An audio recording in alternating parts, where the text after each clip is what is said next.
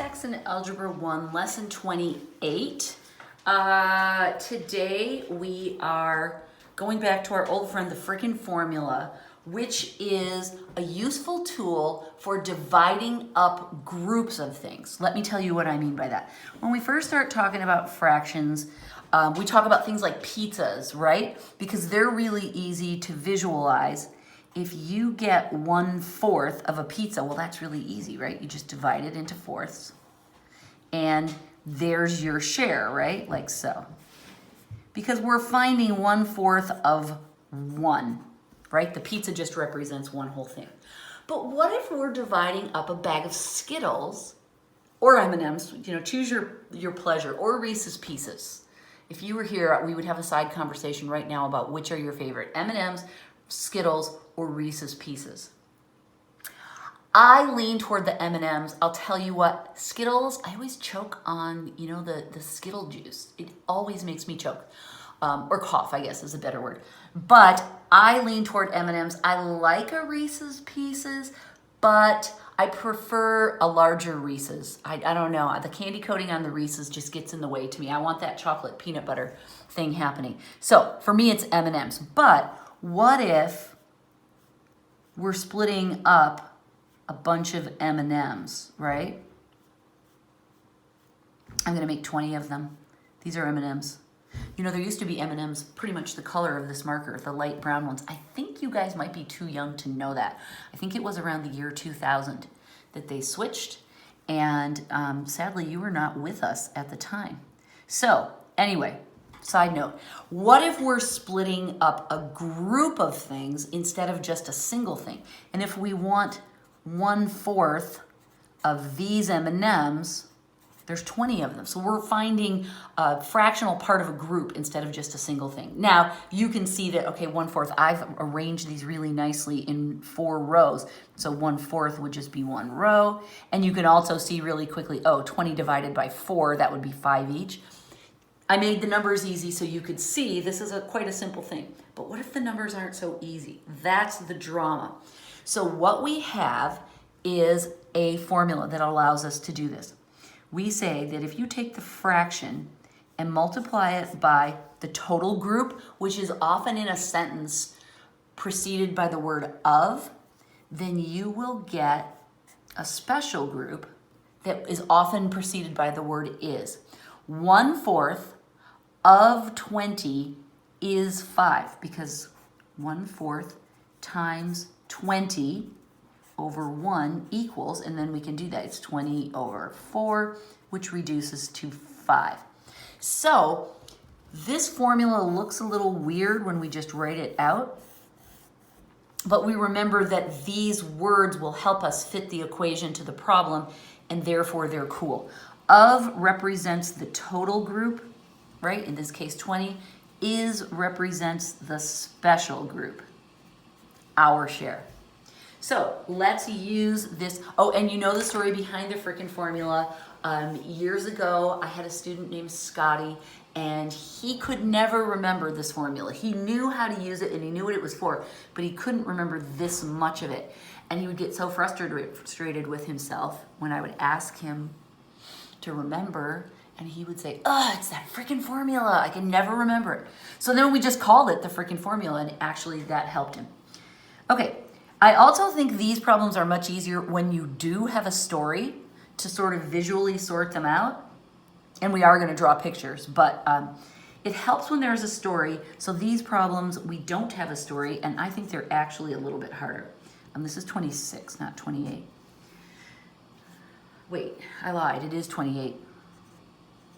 28.1. 3/4 of what number, I'm just going to write WN for what number, is 69. Okay, that's the question. Now, before I get into that, let me just say something else about this formula. See how there's 3 parts to it?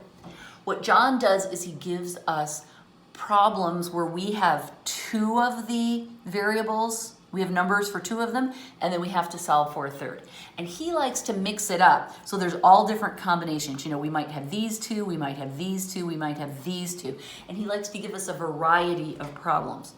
So we're always going to get 2 of the 3. 3/4 of what number is 69? This is where the words are going to help us. This is the fraction of what number. That tells us this is the of number.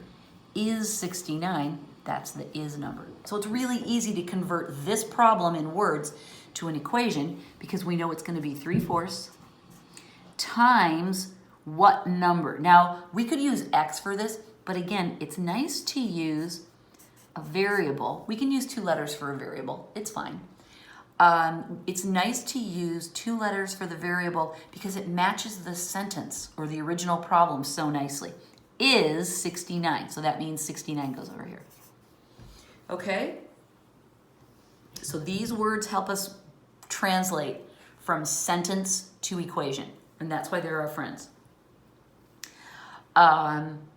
Sometimes we're going to get fractions thrown in here, so we'll have to be careful of picking out which fraction is the quote-unquote fraction, but we'll get it. Okay, so now we've got this. Now to solve. We find our variable. There it is. Even though it's 2 letters, we just treat it like 1. It's being multiplied by 3/4. So our first instinct is to divide by 3/4. And my brain says, no, no, no, no, no. We do not want to divide a fraction by a fraction. That's way too hard. How else can we get rid of this besides dividing? And we remember, oh, reciprocal. A reciprocal is a great way to make a fraction go away without resorting to division. So we're going to multiply this side by 4/3, which means we have to multiply this side by 4/3. This is all gone now. We have what number by itself? Yay. Now we just simplify over here. We always reduce before we multiply. I like to make my numbers small before I make them big. 69 can be divided by 3. 3 goes into 6 twice. 3 goes into 9 3 times. Make sense? That's my reduction. Now all I have to do is multiply, and I'll just multiply the old-fashioned way. If your head's tired, 23 times 4, right? The bottoms have all turned to 1. 1292. So what number equals 92? What that means is that if you had 69 M&Ms and your mom told you, well, that's 3/4 of the bag, you've eaten 3/4 of the bag, and you said, well, how many were in the bag? Well, you could figure it out. There were 92 in the bag. Yay. Next problem. 28.2. And I'm going to rewrite our formula up here. Remember, when you're doing problems, especially with a new formula, get it in front of you. Of represents the total group, is represents the special group. What fraction of 40, what fraction, I'm going to abbreviate, of 40 is 24, okay? So this time, John's giving us the of number and the is number, and we need to figure out the fraction. So I'm going to use this as my variable. What fraction times 40 equals 24? I'm just dropping the words, the numbers associated with each word into their proper place. All right, this time I feel comfortable dividing by 40. And now I can see, well, let's reduce. I'm going to divide it by 4/4. I can see that 4 goes into both. And I will get 6/10. And I go, oh, I can divide it by 2 more. And I get 3/5. And what I do in my brain is I say, let me double check and make sure this does make sense given that this was my fraction. And I see, oh, right, I divided by 4 and then 2, but I could have divided these by 8. And then I would have gotten 3 and 5 right away. I do that not to shame myself for doing it in 2 steps, but just to check my work. And so the fraction, if you get 24 M&Ms out of a bag of 40, you got 3/5. And if you have a sibling, that means you got more than them. Example 28.3. This is our last one of these. 2.5 of 240 is what number? Notice how I always take the question and turn that into a 2-letter variable. All right, so this is our fraction. This is our of number, and And this time our is number is the mystery. I'm going to convert this to a mixed number. 2 times 2 is 4, plus 1 is 5 halves, times 240, and I'm going to put that over 1. For some reason, I just decided to put this in parentheses. Remember, parentheses mean multiplication 2, so it's fine. Equals what number?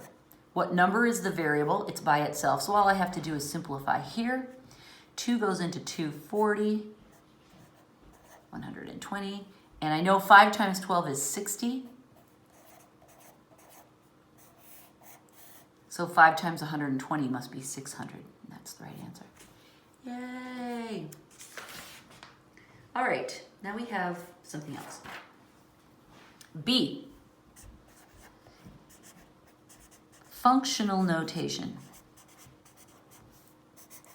Okay, what this is a style topic, okay? The kind of problems that we're going to do is exactly the same as what we have been doing. There's just a different style of presenting the information that is useful in some contexts.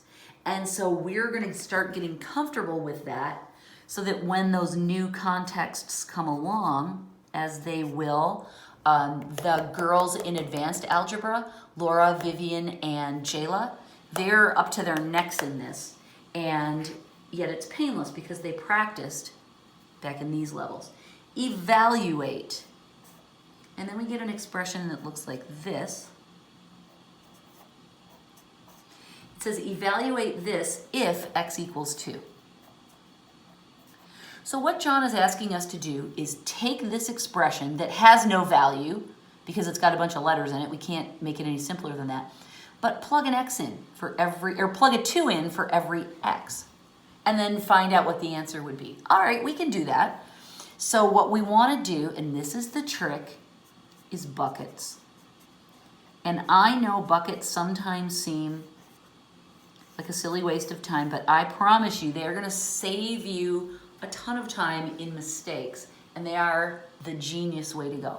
So what we do is we rewrite this with a pair of buckets in place of every x. So there's the first one. Now this gets complicated because the parentheses that are already there, I'm going to make really big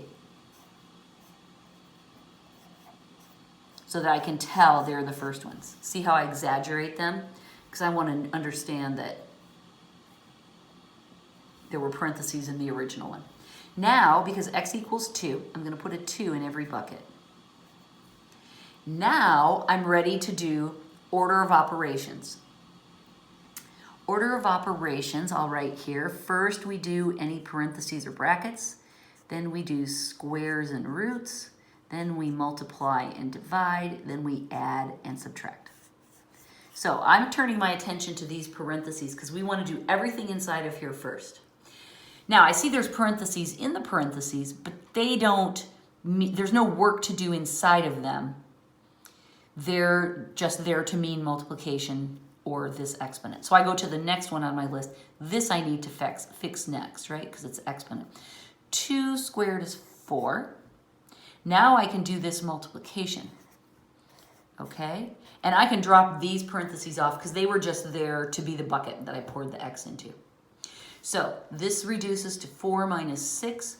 I complete the work inside the parentheses, and I get for my answer not x equals minus 4, but this expression equals minus 4, right? X equals 2. Minus 4 represents the answer for this whole thing. All right, let's do another one. Oh, wait, this is what I want to say. We're used to doing these, right? And it says evaluate if x equals 2. Now that is not functional notation. What we're going to do now is the same kind of problem, and this time it will be presented in functional notation. If f of x equals x times the quantity x squared minus 3x, find the f of 2. Now, you may recognize this is the exact same thing that we just did, right? The only thing that's different is the stylistic way this problem's being presented. And what it's saying is, here's an expression that we've named f. We call it the f of x, but it's the function f. And what we want to do is solve it for 2, right? That's what this means. This means solve for 2. So we're doing the exact same thing that we did last time. We're just talking about it in a different way. And we're going to say that the f of 2 equals, and now I'll do the same thing I did last time. I create buckets and put in the 2. And that would get us to, you know how the work went. We just did it. It was -4. Okay? So all that's different in this problem is just the style of the presentation. So easy. And then I just want to show you. The next 2 problems work exactly the same way. 28.6, there it is in our standard format, the way we've seen it. There's the expression, there's the value to plug in. And then 28.7, our last example, presents the very same problem, just in the functional format. So I am not going to do 28.6. I'm going to do 28.7. You're used to doing it this way. I'm just going to work through one more with the new style. So this is example 28.7. If the g of x, that's how we say that, g of x, equals x squared times the quantity 2x minus 1, find the g of -2. And I'll tell you guys that what is really helpful about functional notation is that it gives our equations or expressions a name. F of x, g of x. You can go through the whole alphabet naming out different equations, and if you want, you can double up, right? You could do f times f of x, or double f of x is how you would say that. So there's no limit to the numbers of names you can put on these equations. Now, why would you want to do this? If you were a mathematician in the midst of a big, complicated calculation, you might have many different equations that you were trying to play around with. And if you name them, then it's a lot easier to refer to them, talk about them, plug in different values, etc. So for us, it doesn't really matter. But in the world of more advanced mathematics, this is a real plus, that you can name the equation and you can solve it for different variables and see what happens. All right, so we're going to solve this function for the value of -2. We do it the same way. We start with the buckets. Whoops. And the exaggerated parentheses for where we already have them. I'm just going to double check and make sure, yeah, that's squared. Make sure I copied it right. And this time we're plugging in a -2. So now we appreciate our parentheses even more because they keep us safe. Like in this first situation. Okay, the first thing we want to do is solve the parentheses. So I won't do that yet. We do the multiplication first. That's -4. -1, so this becomes -5, right? -4, -1, -5. This is super helpful, these parentheses, because they remind us that this -2 is part of the package that's being squared. And so the minus sign is going along for the ride, so that turns out to be +4, right? We can't cover it up. It actually is squared. It's -2 times -2.